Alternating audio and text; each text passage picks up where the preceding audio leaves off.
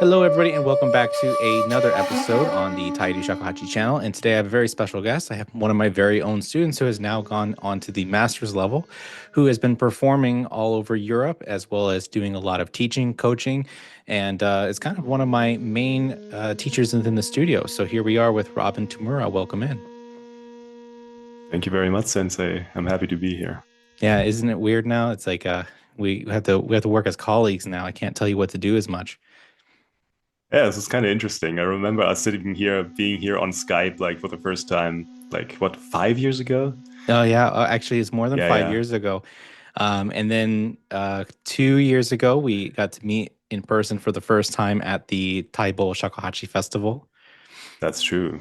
And you had some teaching duties and some stuff there that was really fun as well. And it was a really good time. Definitely. Yeah. So A lot of stuff has happened in the a, meantime. so much of stuff has happened. We're traveling through India. We're traveling actually a lot around the world, but spent a lot of time in India doing some stuff. So we'll talk a little bit about that as well. Of course, you came to Japan for quite some time. And then now you're settled back into Germany where you have your studio where you're teaching and performing. So tell us just a little bit about yourself. In Where were you born? Why Shakuhachi? I was born in Germany and I'm half Japanese, so my father is from Kyoto. And so I grew up in Germany and also lived here for like the first, yeah, basically 30 years of my life. And I got into shakuhachi mm, a little bit.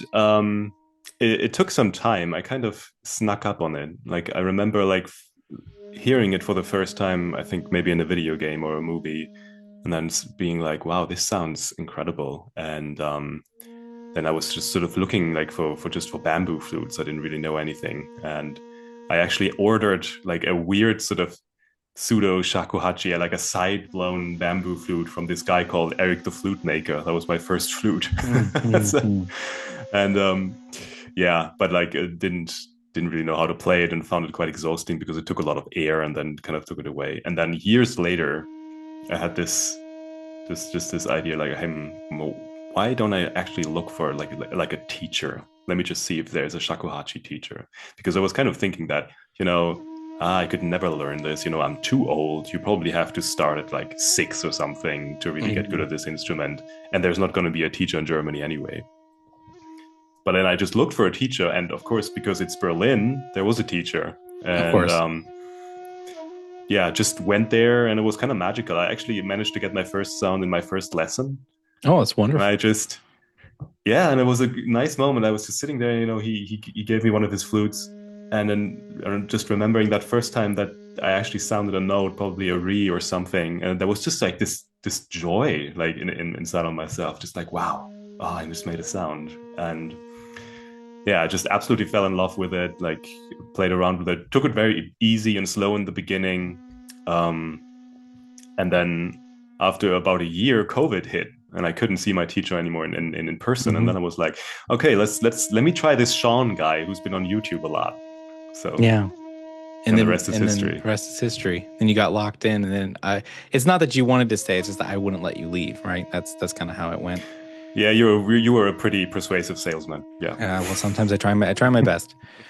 And so now you're in Germany, you have your own studio, you have some students that you're teaching, you're also doing a lot of performing. How is it now to be on the other end of the screen, as it were, that now you're teaching? You have a lot of students who are in person as well as online. How do you enjoy teaching?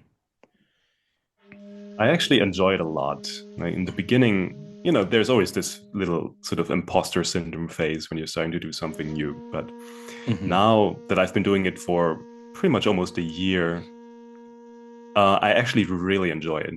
Hmm. And I really enjoy seeing the same people again every week, seeing their progress, Hmm. really seeing how people are developing not just their sound and musically, but many of them are actually, they're developing as human beings, becoming Hmm. calmer. They're really appreciating like the meditative effects of the shakuhachi and you can really see how just this instrument is taking them on really on a personal journey, and it's really really um just gratifying to be part of that.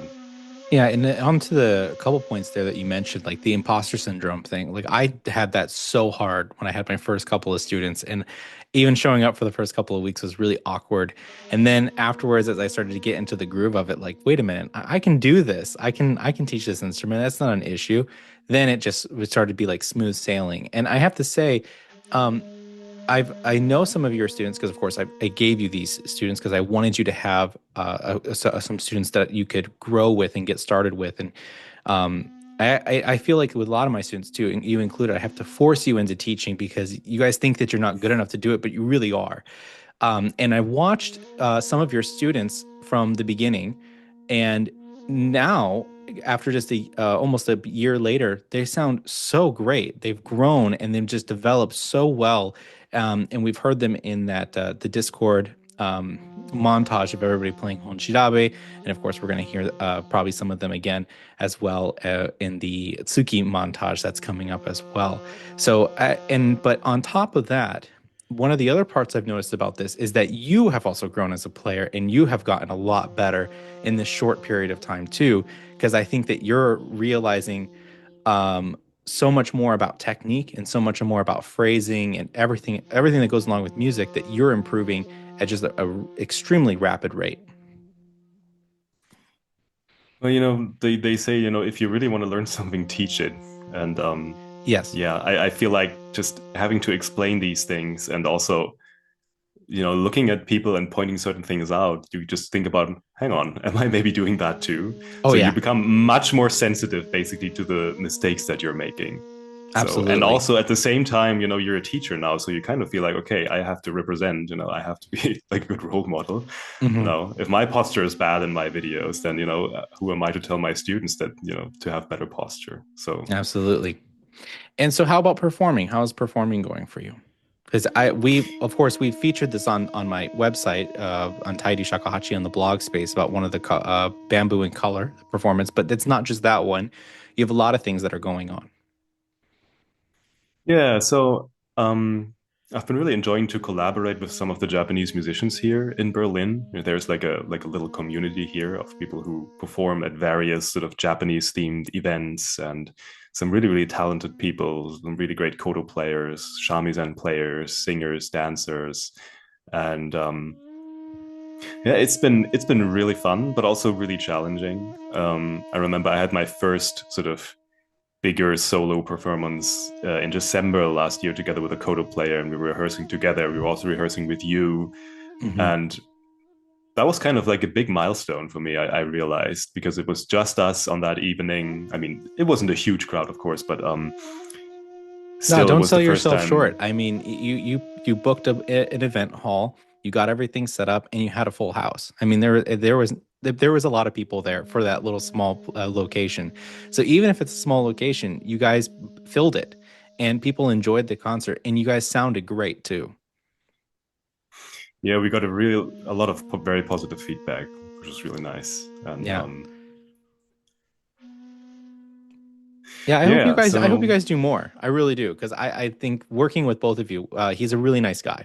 I don't know if do you want to introduce your Koto player and who you're working with? oh yeah, that was with my friend Ziu, who is like he's Chinese, but he plays the koto, and I haven't seen him in a while actually. But yeah, I hope to do some more performances with him. Yeah, you guys sound very good, and your personality types seem to mesh really well, and the energy in the room also seems just to vibrate really well. And so I think that more concerts like that, I think you can develop a really nice following. You just have to come up with a really cool name for your duo. Hmm. Yeah, I'm gonna have to think about that. Yeah, something it's really the important stuff, you know. Yeah, you know, the notes, the rhythms, all that kind of that's not important, but Yeah, the name. It's the all about the name is so name important. and the logo. Yeah. So, what are your plans for this coming year? So, you want to grow your studio, you want to have more students, you want to do more performances. What else is on dock for you? Well,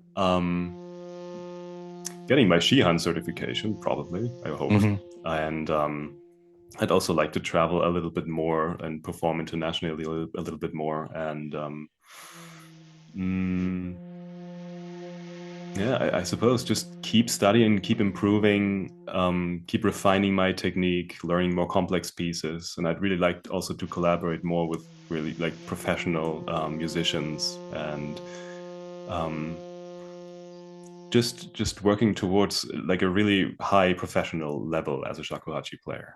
Absolutely. And you are on your way to that. I think that all of those things are going to come and they're going to happen this year. And if not, by for sure, by the beginning of next year, I think you'll have managed all of those things. Especially because it's not that you just are a really good shakuhachi player and a good musician and a really good person who can collaborate and work with other people quite well.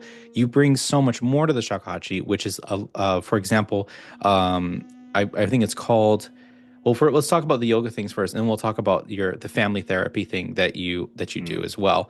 So tell us a little bit about yoga and how you mix this with shakuhachi because your experience is quite deep. Like you studied in India for months under like the gurus in the mountains, like literally, like it's sort of like the Well, almost like the television like drama sort of thing is what you did. And so I want people to hear a little bit more about this your journey with yoga. I mean, like I didn't literally like sit down in a cave somewhere in the mountains, but I Well, did it's visit not that India. I've dramatic, spent but a yeah, but I mean, you were in sort of like but the I have mountainous regions sat, there. in a dimly lit room with an old and probably deaf Indian man who gave me cryptic instructions on how to breathe, and then just let me sit there for an hour, just breathing and sweating and just like shifting uncomfortable because my knees are hurting from sitting on the floor. Yeah, I've had that experience for sure. Yeah, so basically, I got into Ashtanga yoga about 3 years ago, and absolutely loved it. I used to do a lot of martial arts actually, and Ashtanga yoga is a very physically demanding and disciplined form of yoga. And I always had this dream to study some sort of movement practice or physical practice at its source. And when I was a kid, I don't know, I think, maybe I'll go to the Shaolin temple one day. But it ended up being yoga. So I went to India, spent a lot of months in Mysore, which is the birthplace of Ashtanga yoga, and studying with in a very traditional way with teachers, and also took pranayama classes, which is pranayama is like the yogic breath work, and it taught me a lot about, well, breathing, but also the physicalities and the intricacies of breathing, and the difference that makes. And you wouldn't think that there's that much to breathing because it's just like breathing in, breathing out, but like there are so many little details to it, as in like locking your throat, not locking your throat, which muscles you're using, how smooth can you make your breath, how long can you make your breath. And yeah, I think that really benefited my playing a lot. Plus, the yoga also just makes you more flexible. It probably expands your breathing volume a little bit, and especially Ashtanga Vinyasa yoga is primarily actually a breathing practice. So Yeah, yeah, that was definitely a great and experience.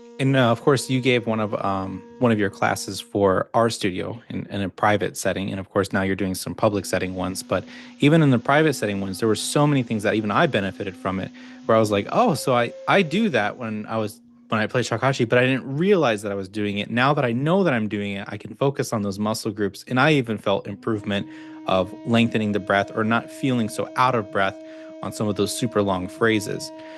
So I find it to be really beneficial. And so anybody who gets the chance to study with you also gets that as a part of their lesson. So breathing and controlling your breath and utilizing your best breath for that piece or for that phrase is of really big importance for you and also what you're going to give to your students. So that's a really amazing quality that not every teacher is going to be able to provide. Yeah. Yeah, I feel like, the Indians, they say like, prana is, which is like life force. It's like chi, and Hmm. they say like, when you breathe in, you take in prana. And the way I think about it is, when we blow into the shakuhachi, we're blowing life force into the shakuhachi.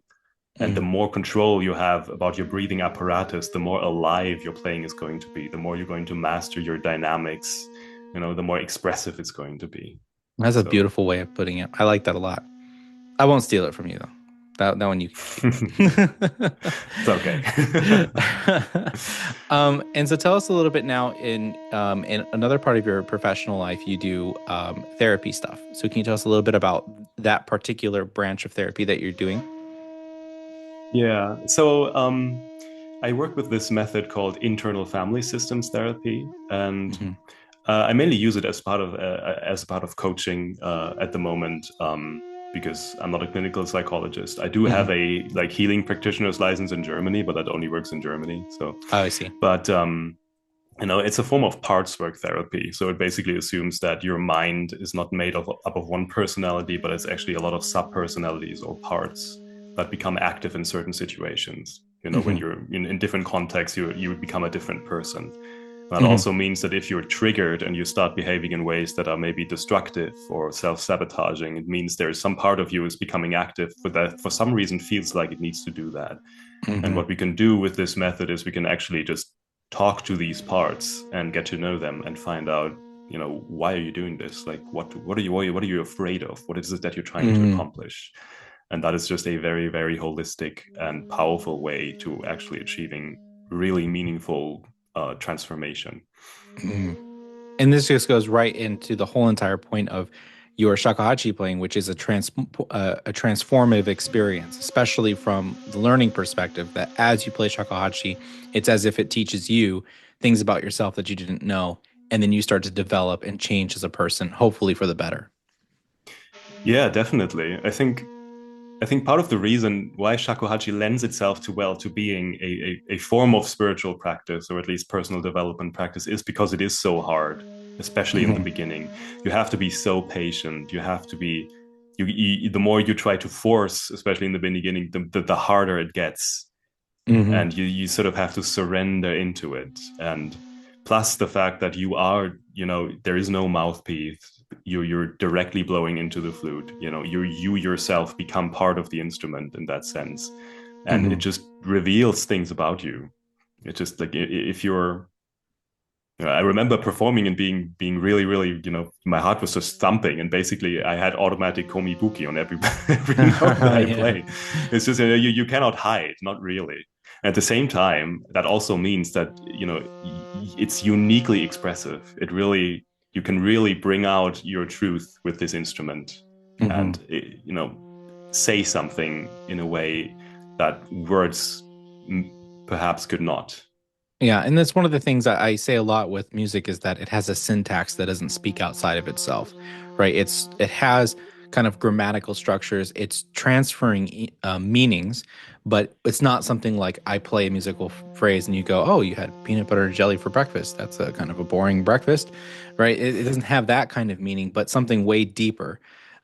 Schopenhauer talks about this in his magnum opus on the will, freedom of the will, and how music is basically the one of the greatest forms of communication because of how it can deliver so much information. But again, it doesn't have that sort of like tangible. Then you understand it, but you feel all of that meaning from the musical phrases. And the thing that's really interesting about shakuhachi for me is how voice-like it is, but it's a voice that without words. And so you have all of the meanings of if somebody was telling you a story that's very heartfelt, but you only get the emotional side of it, not the word meaning of those. And I think sometimes that can make it even so much more powerful. Yeah, definitely, definitely. And just sound is just like vibration. It's like, you can close your eyes from the light and not see something, but you cannot in the same way, get away from sound.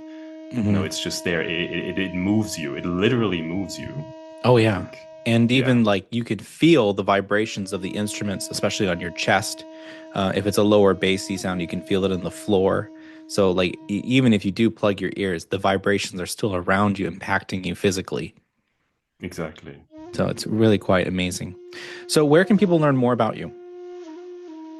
Well, you can go to my website, www.robintamura.com. So that's primarily my coaching website, but I have a shakuhachi section in it.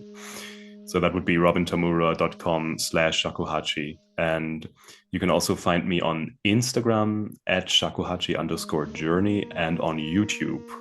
Also, I think shakuhachi_journey. All right. So all those links will be in the description below. And you are still taking new students, correct?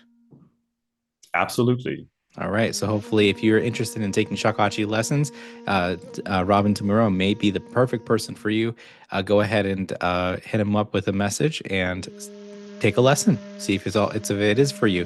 Especially if it's your first time playing shakuhachi, he's absolutely fantastic with beginners. I know that from experience of sending him people and having them turn out to be absolutely wonderful players. Robin, thank you so much for hanging out with me today and introducing you. I hope all goes well over in your side of the world. And will you be joining us for the next shakuhachi festival in Japan? We'll see about that. We'll see if I can make it, but I All hope right, so. wonderful. We hope to have you. All right, thanks for watching in. Row for 10.